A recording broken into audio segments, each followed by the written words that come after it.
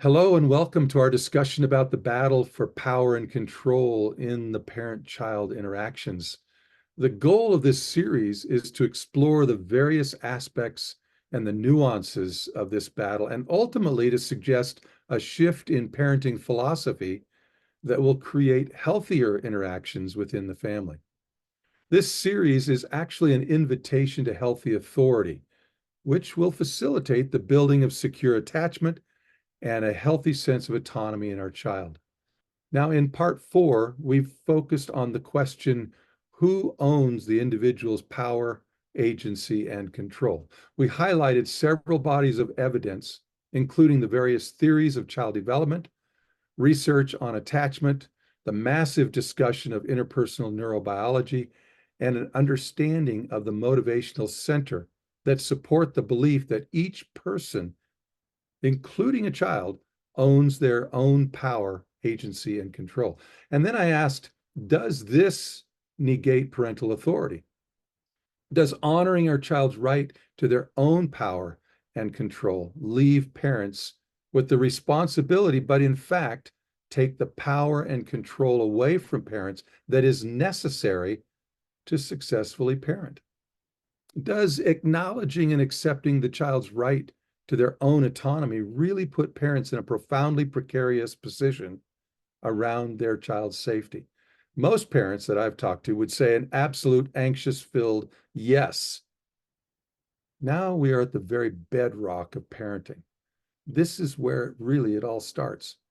If you ask parents what their number one job is, most will immediately say, to keep my children safe.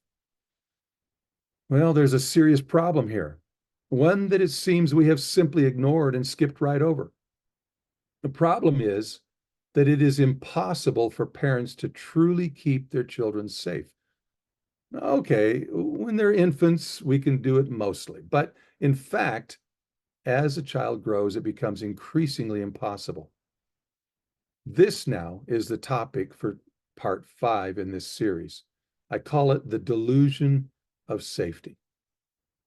This video, as I've already mentioned, will challenge some core beliefs.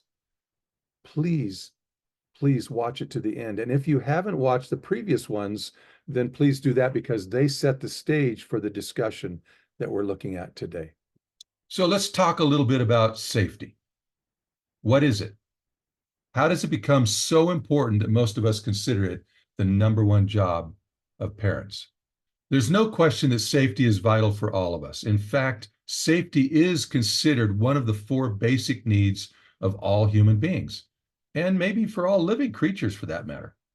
Each of us is first oriented to our own danger and safety. When we become a parent, it's understandable for us then to orient to danger and threat for our child. Safety is about being free from danger, threat, or a risk of harm. It includes the degree to which one feels protected and secure. It's true, we are oriented to safety. Safety actually is an issue on 5 different levels. 1, the physical safety.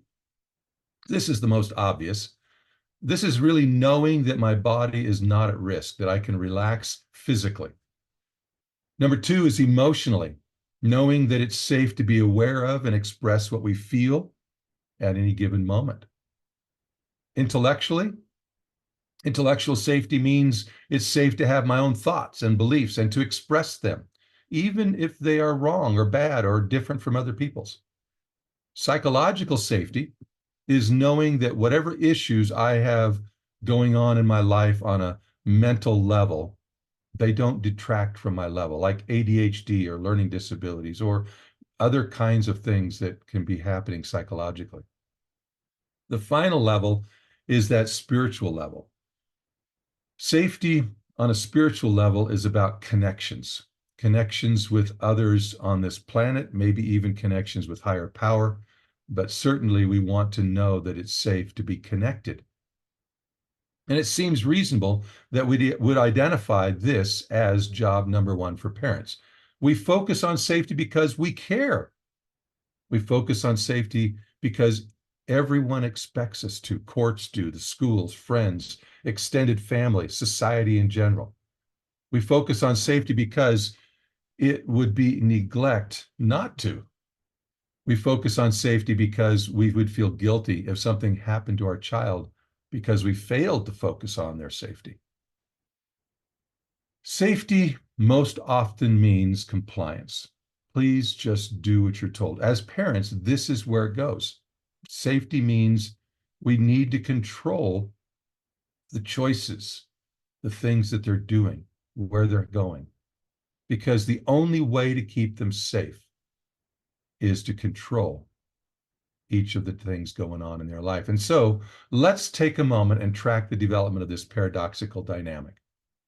The moment we become pregnant, our minds immediately go to the safety issues. For some, this means we actually look at issues like smoking or drinking or uses of substances, maybe even over-the-counter and prescription medications.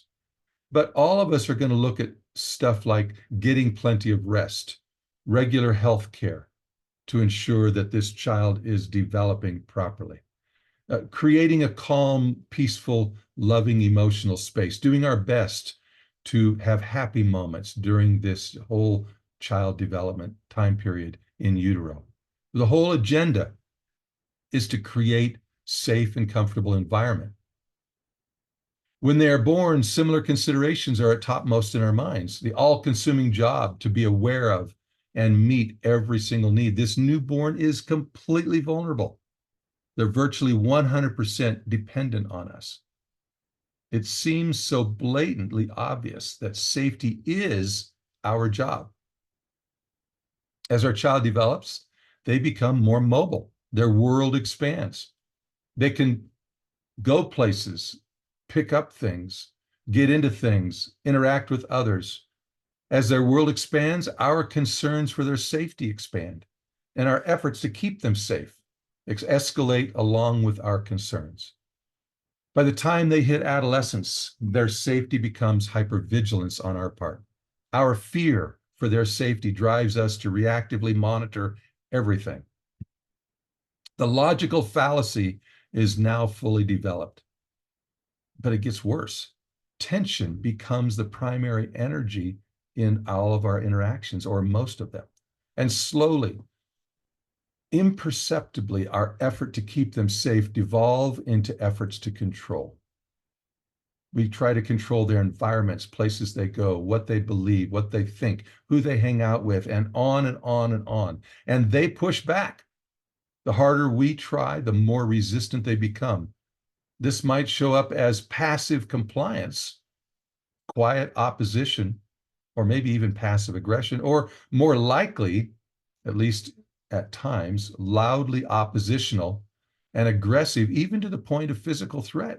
And still others become depressed, withdrawn, or maybe even anxious. Our love blinds us to the limits on our own ability to keep our children safe. We double, we triple down in our efforts to control them. But we really can't solve their emotional distress. We can't keep them from risk or doing things that put themselves at risk. The bottom line is that we lose our influence with our children.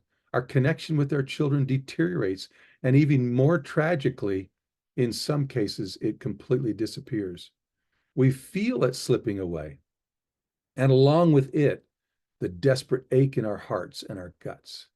Today's question becomes clear. Is keeping them safe really our number one job? Let me ask it another way. Can we really keep them safe?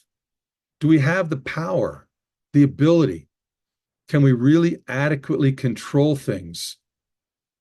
An infant's world is extremely contained, and keeping them safe is much more viable. But as the child grows and their world expands, they have increasing power to place themselves at risk.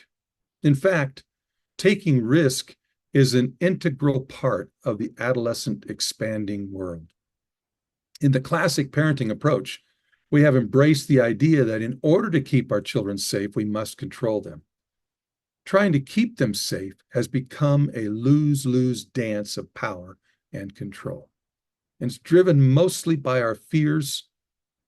The more we try to keep them safe, the more they push back against our efforts to control. The more they resist, the more we try to control.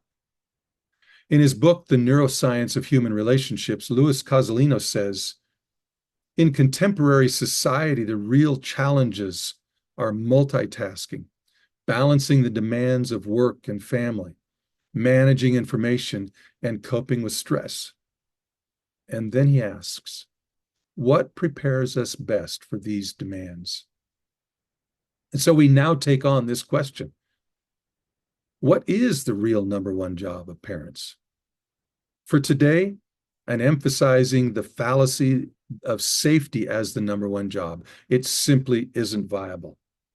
And so now we go on the hunt for the number one job, one that will strengthen our relationship with our children, build and maybe even rebuild trust between us, and in fact, one that will maximize our influence with our children, even into adolescence and young adulthood.